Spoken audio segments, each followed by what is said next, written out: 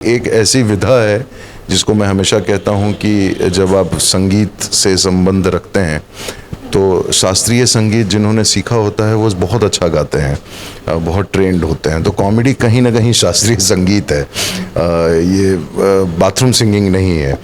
तो शायद ये मुझे कई बार मैं इसको दूसरे तरीके से नहीं देखता हूँ कि टाइपकास्ट हुआ हूँ। मैं ये देखता हूँ कि शायद कॉमेडी में बहुत लिमिटेड एक्टर हैं इसलिए ज़्यादा काम मिलता है बट ये एक लोग आपको उस नज़रिए से देखते हैं, ये ज़रूर है। They do not want to experiment with you, but over the period जैसे अब ये जो OTT वेब सीरीज़ या फिल्मों का ज़माना आया है तो अब काफ़ी काम खुल गया है, काफ़ी स्कोप खुल गया है। अभी जो लेटेस्ट एक फिल्म आई है हड्डी, अब उसमें किरदार ही बिल्कुल विपरीत है जो मैंने कभी नहीं किया था। तो अब लोग एक्सपेरिमेंट करने को तैयार हैं बिकॉज वो ये भी मानते हैं कि अगर आप कॉमेडी कर रहे हैं तो आप एक अच्छे एक्टर हैं। सो अब वो एक्सपेरिमेंट की वजह से ऐसी फिल्में झोली में गिरने लगी हैं। बिल्कुल सर, हड्डी की बात करें तो हड्डी कहेंगे कि एक एक्सपेरिमेंटल सिनेमा था। तो इसके जो आपको रोल मिला तो आपको क्या उम्मीद थी कि आपको इतना पसंद करेंगे और कितना चैलेंजिंग था ये आपके लिए? नहीं, चैलेंजिंग तो काफ़ी रहा था क्योंकि एक रिस्क ही था। शरीर के ऊपर बहुत सारा वज़न बढ़ाना, एक मैच्योर्ड लुक लाना और उसमें भी फिर सारे बाल गायब कर देना, जो कि आपको ये रिस्क था कि भाई अगले हो सकता है 5-6 महीना जब तक बाल ना आए काम ना मिले। लेकिन लकली ऐसा हुआ कि ये सारी चीज़ें इनफैक्ट सर मुड़ाते ही लोगों के ओले पड़ते हैं, मुझे फिल्में मिलने लगी, वेब सीरीज़ मिल गए। तो रही बात हड्डी की, तो ये चैलेंज जो था कि मैं इतने बड़े बड़े लोगों के साथ और एक इस तरह का काम कर रहा हूँ तो उसमें एक बिलीव और कन्विक्शन छूटना नहीं चाहिए। And I always knew that film, देखिए फिल्म जब अच्छी चलती है करती है तभी आपके किरदार को लोग देखते हैं। कई बार आपके बहुत अच्छे काम को भी लोग नहीं सराह पाते हैं क्योंकि उन्होंने फिल्म नहीं देखी होती है। तो यहाँ पे एक ये फ़ायदा हो गया कि फिल्में देखी हैं लोगों ने, सो उसकी वजह से अब ये है कि उम्मीद करते हैं कि और भी इस तरह के काम मिलेंगे। सर बात करें काम मिलने की, तो जब कलाकार जाता है ऑडिशन के लिए अपना पोर्टफोलियो बनवा के लेके जाता है, तो आपने अपना पोर्टफोलियो 20 साल तक नहीं बनवाया, इसके पीछे क्या वजह रही?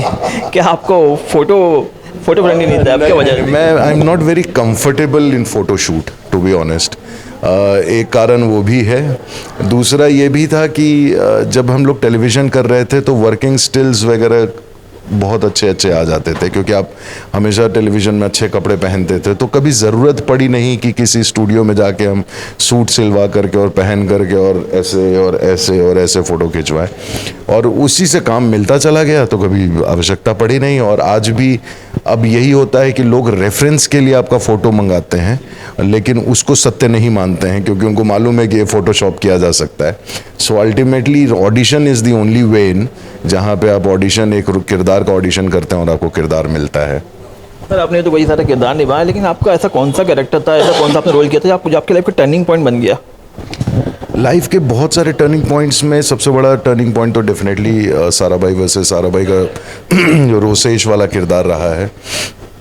उसके बाद लोगों ने पहचानना शुरू किया, आपकी अपनी एक पहचान बनी। एंड डेफिनेटली अब जो ये फेज़ आया है, एक काफ़ी 5 साल के गैप के बाद जब मैं खेती के लिए चला गया था और वहाँ से वापस आकर के काम जब शुरू किया है, तो ये वाला फेज़ भी सब टर्निंग पॉइंट ही मान रहा हूँ मैं कि इसमें हड्डी जैसे किरदार का, सत्तो जैसे किरदार का मिलना वो गाड़ी कहीं और ही लेके जा रहा है अब। सर बात करें खेती की, तो आपने नेचुरल फार्मिंग जो शुरू की थी, आपका इंटरेस्ट कैसा जगा उसमें? इंटरेस्ट जगह नहीं, वो एक होता है कि एक ज़रूरत होती है और एक ज़रूरी होता है, तो ये दोनों ही था क्योंकि हर दिन आपको ज़रूरत है और ये ज़रूरी भी है।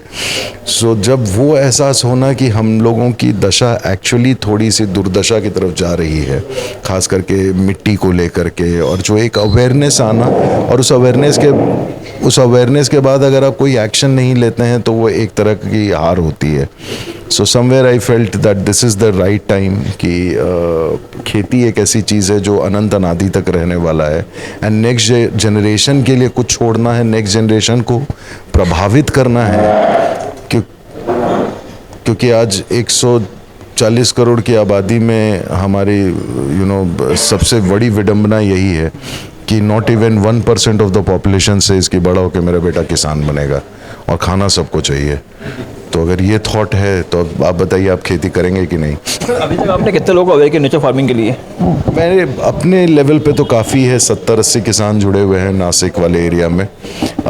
5 एकड़ से कहानी शुरू की थी, अप्रॉक्सीमेटली 300 प्लस एकड़ ज़मीन केमिकल फ्री हो चुका है। एंड मुद्दा अब ये नहीं है कि मैं किसानों के लिए मतलब किसानों पे काम करूं, अब समय आ गया है कि आपको कंज्यूमर पे काम करना होगा। कंज्यूमर अवेयर होगा, किसान उगाने के लिए तैयार है, तो वो एक रिश्ता बनाना अब ज़रूरी है। OTT प्लेटफॉर्म आजकल ट्रेंड में है। जो एक्टर थे जो बीच में छूट गए थे, जहाँ एक्टिंग कम दिखने लगे थे, अब वो फिर से दिखने लगे। तो आपको क्या लगता है कि रेवोल्यूशन है एक्टर्स के लिए, क्योंकि इसमें हर एक छोटे छोटे किरदार है उभर के सामने आता लोगों के? हाँ मतलब हम लोग उस दौर में थे काफ़ी समय तक जहाँ पे आपका खूबसूरत दिखना और हमेशा हर किसी का सुंदर दिखना ही एक तरीका था। आम आदमी कैसा दिखता है, आम आदमी के अलग रंग रूप होते हैं, अलग कद काठी होती है, लेकिन वो भी एक कहानी का पात्र हो सकता है, वो भी कहानी का हीरो बन सकता है। ये OTT में आकर के ये चीज़ें खुली हैं और इस वजह से आज आप जितने भी फेसेस OTT पे देखेंगे वो बहुत ही रियलिस्टिक हैं और परफॉर्मेंस में उतने ही उम्दा हैं। ये तब भी थे लेकिन हमेशा एक पेरिफेरी पे बन करके रह गए थे, लेकिन अब OTT और फिल्मों में, इस तरह की फिल्मों में अब सबको एक तरह से कार्य तो मिल ही रहा है। कोटा फैक्ट्री को लेकर दर्शक काफ़ी एक्साइटेड है, उसका नया सीजन आने वाला है, क्या कुछ नया होने वाला है इसमें? नया क्या होने वाला है ये तो अभी बहुत जल्दी है बताना क्योंकि मैं कॉन्ट्रैक्ट बद्ध हूँ कि मैं कुछ नहीं बात कर सकता। बट हाँ definitely season 3 will be any day better than season 2 and मतलब सब अच्छा ही रहा है। बट हम लोगों का एक ऑब्जर्वेशन जो है वो हमेशा कंटेम्प्रेरी है, वो आज के सिचुएशन पे है। जैसे जैसे इसके नए सीजन आते आ रहा है लोगों की एक्सपेक्टेशन बढ़ती आ रही है इससे, आप किस तरह जुड़े कोटा फैक्ट्री से?